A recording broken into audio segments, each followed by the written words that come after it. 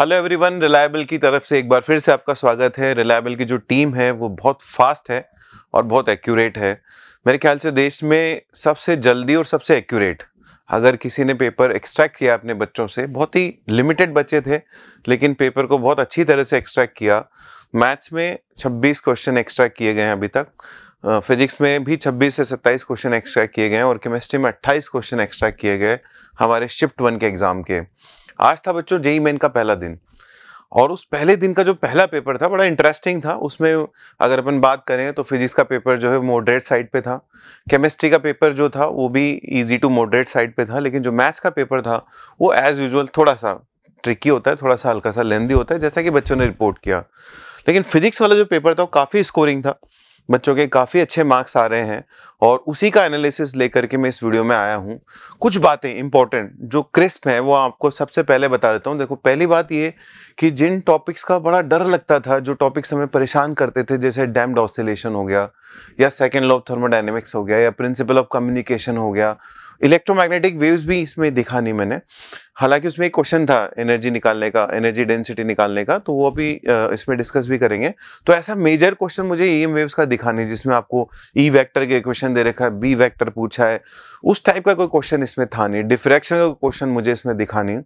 तो वो सारे टॉपिक्स जो जेईई मेन ने हटाने का वादा किया था कि इस साल जेईई मेन के सिलेबस में कुछ कमी की गई है, वो सब इसमें से हट गए हैं। और वो सारे टॉपिक्स जो जनरली स्कोरिंग होते थे, बच्चों को अच्छे भी लगते थे, अब जैसे सेमीकंडक्टर में बात करें तो जेईई मेन ने सर्कुलर में लिखा था कि उसमें ट्रांजिस्टर नहीं आएगा, तो इस पेपर में ट्रांजिस्टर नहीं आया। तो पूरी उम्मीद है कि आने वाले पेपर्स में भी वो पैटर्न फॉलो होगा, क्योंकि पूरी कम्युनिटी में, पूरी टीचिंग कम्युनिटी में भी इस बात की चिंता थी कहीं ऐसा ना हो कि पीओसी का क्वेश्चन आ जाए, क्योंकि लिखा तो हुआ था कि हट जाएगा, लेकिन कई बार ऐसा होता है कि कोई टॉपिक का क्वेश्चन आ जाता है रैंडमली, लेकिन इस बार ऐसा कुछ नहीं हुआ। तो लीजिए, आपके सामने मैं लेकर के आ रहा हूँ पहली शिफ्ट के पहले पेपर, जो फिजिक्स का पेपर था, उसका एनालिसिस। हम डिस्कस करते हैं कि कौन से पोर्शन से ज़्यादा क्वेश्चन थे, किससे कम थे, कौन सा पोर्शन जो है वो हम लोग मतलब जेईई मेन ने इसमें पूछा नहीं है। तो सबसे पहली बात तो हम लोग अभी तक 26 क्वेश्चन रिट्रीव कर पाए हैं, 4 क्वेश्चंस का रिट्रीव होना भी बाकी है। इन सभी 26 क्वेश्चंस के सॉल्यूशन पीडीएफ फॉर्म में रिलायबल की वेबसाइट पे अवेलेबल है। उसके अलावा रिलायबल का जो यूट्यूब चैनल है उस पर इन सभी के सॉल्यूशंस अवेलेबल हैं। हालांकि ये मेमोरी बेस्ड है, तो हो सकता है कि इसमें कोई लैंग्वेज में चेंज हो सकता है डेटा में कोई चेंज हो सकता है क्वेश्चन की फॉर्मेटिंग में कोई चेंज हो, लेकिन बच्चों आपको जिसने एग्जाम दिया उसको आइडिया लग जाएगा कि एक्चुअल में क्वेश्चन में था क्या। और जो बच्चे कल परसों नरसों आने वाले दिनों में, कल तो खैर एग्जाम नहीं है, लेकिन आने वाले स्लॉट्स में जो एग्जाम देने वाले हैं उनको एक आइडिया लगेगा कि उनको तैयारी करनी कैसी है।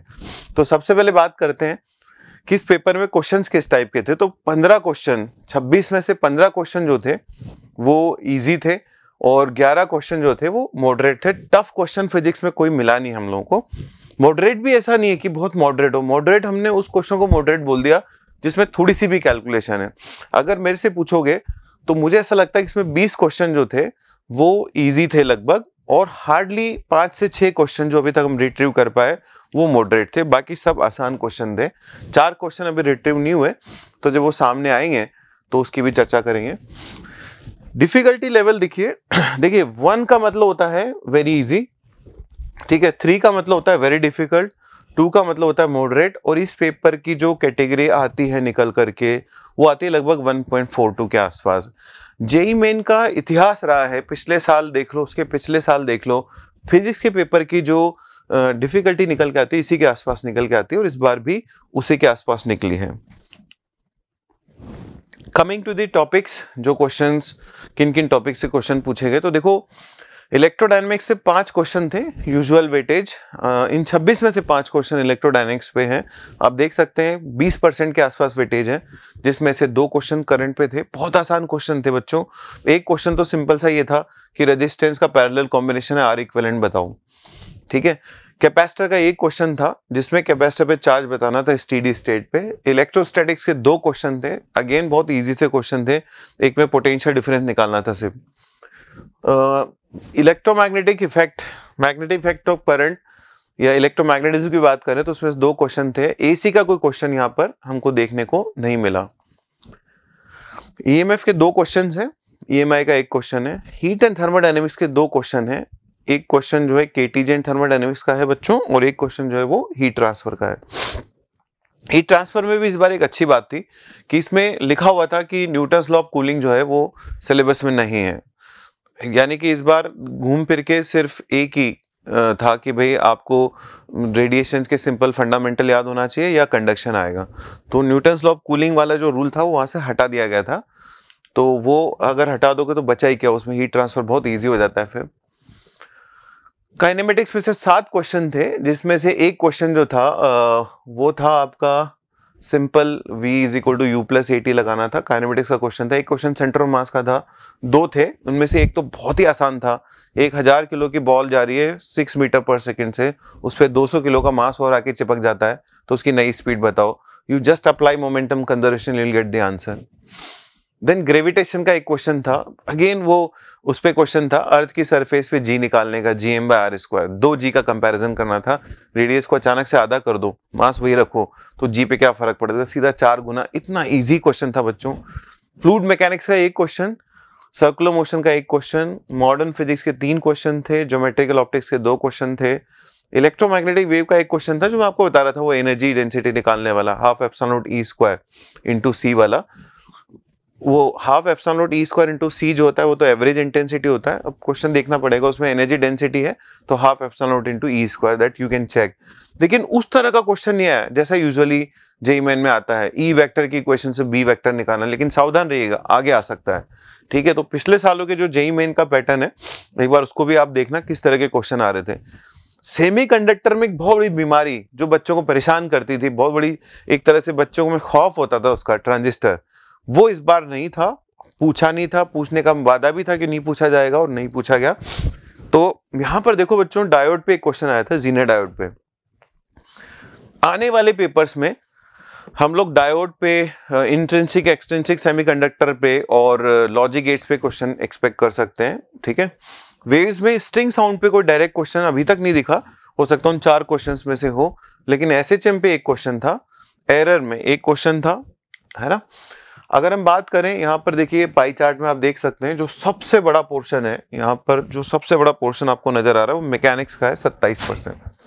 लेकिन अब आरबीडी के क्वेश्चन की बात बताता हूँ आपको। आरबीडी में 4 पार्टिकल थे स्क्वायर के कॉर्नर्स पे, और मोमेंट ऑफ इनर्शिया पूछा गया था कॉर्नर से गुजरने वाले एक्सिस के अबाउट। इतना सिंपल क्वेश्चन था, कोई भी निकाल सकता है। m1r1² plus m2r2² plus m3r3², और r1 था a, r2 था a, r3 जो था वो था √2a। इतना आसान क्वेश्चन था बच्चों। Mechanics was completely scoring. उसके बाद आता है इलेक्ट्रोडायनेमिक्स 19%, उसके बाद आता है मैग्नेटिज्म जो कि 11% आता है, फिर हीट एंड थर्मोडायनेमिक्स 8% आता है, मॉडर्न फिजिक्स 11% आता है, ऑप्टिक्स 8% आता है, और ये बाकी सब 4% है। तो फेयर वेटेज है, जिस तरह का वेटेज जनरली जेईई मेन पूछता है उसी तरह का वेटेज यहाँ पर है। 12th के सिलेबस की बात करें तो 12th वाले सिलेबस में फिलहाल 58% क्वेश्चन दिख रहे हैं, और 11 में 42%, 42 एंड 58 का रेशियो है, यानी कि थोड़ा सा 12 का पढ़ा फिलहाल भारी है। लेकिन अभी 4 क्वेश्चन आना बाकी है, देखते हैं उन 4 क्वेश्चन के बाद क्या होता है। वैसे पिछले कई सालों से अगर मैं ऑब्जर्व करूं, 3 से 4 साल का तो मुझे याद है, थोड़ा सा 12th वाली साइड पे पढ़ना भारी होता है। 55-45 हो जाएगा, कभी 60-40 हो जाएगा। हालांकि अभी तो 60-40 दिख रहा है, लेकिन आने वाले 4 सवाल डिसाइड करेंगे कि ये रेशो कहाँ जाता है। बट आप मोर और लेस ये मान सकते हो 55-45 काइंड ऑफ रेशो होगा 11th और 12th का।